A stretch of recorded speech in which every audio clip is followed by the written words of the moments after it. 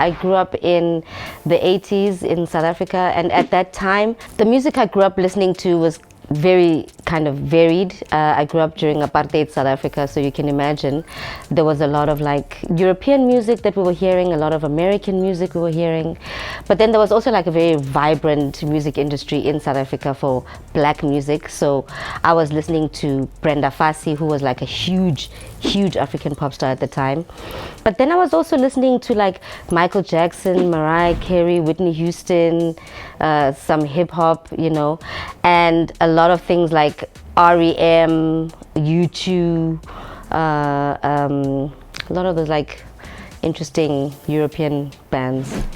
Listening to, like I said, a lot of my family, they all have different tastes. So I'm the youngest. I have 2 older sisters. My mom, she was listening to a lot of like Beyonce and like a lot of 90s like hip hop. So grew up listening to a lot of that. And then my sisters were really into newer kind of rap R&B, where it was like Drake and The Weeknd and Lana Del Rey and Party Next Door. Like my sisters were really into that when it was first kind of starting. And yeah, I think honestly, what is it? Nothing Was the Same was like the first album that I memorized every single song on. Ooh. A lot of soul music and hip hop.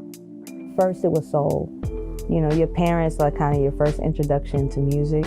And my dad, you know, Luther Vandross played every day, all day, you know, in the house when he was taking us to basketball practice or to the grocery store. While he's cutting grass, he had a speaker that he nailed to a tree and he ran a cord.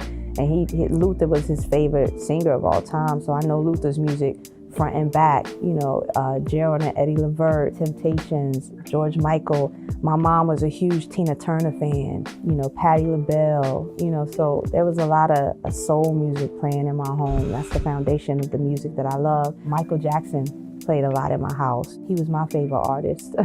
And, you know, the first time I fell in love with music, like for myself, you know, that wasn't my parents. It's like, I like this, you know, 3, 4, 5 years old, like, I like this guy. And hip hop, you know, I'm one of 5 kids, so I have older sisters, and my sisters were listening to Mary J. Blige, and my cousin, he'd go hang with them, they'd be listening to Nas, Tribe Called Quest. On Saturdays, me and my dad were really big on watching the video countdowns.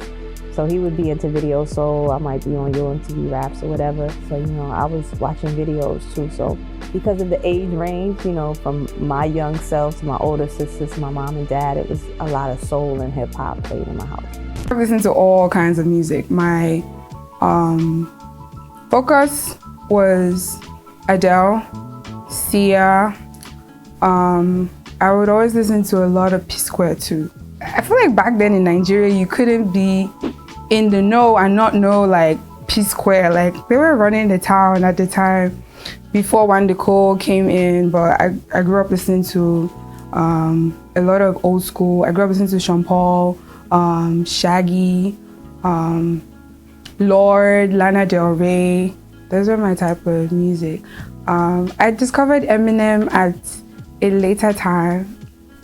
Yeah, I think it was the song he did with Rihanna, the Monster song. That kind of plunged me into listening to him. And then I discovered Never Ever Really Have a Place That I Call Home. That song is so good.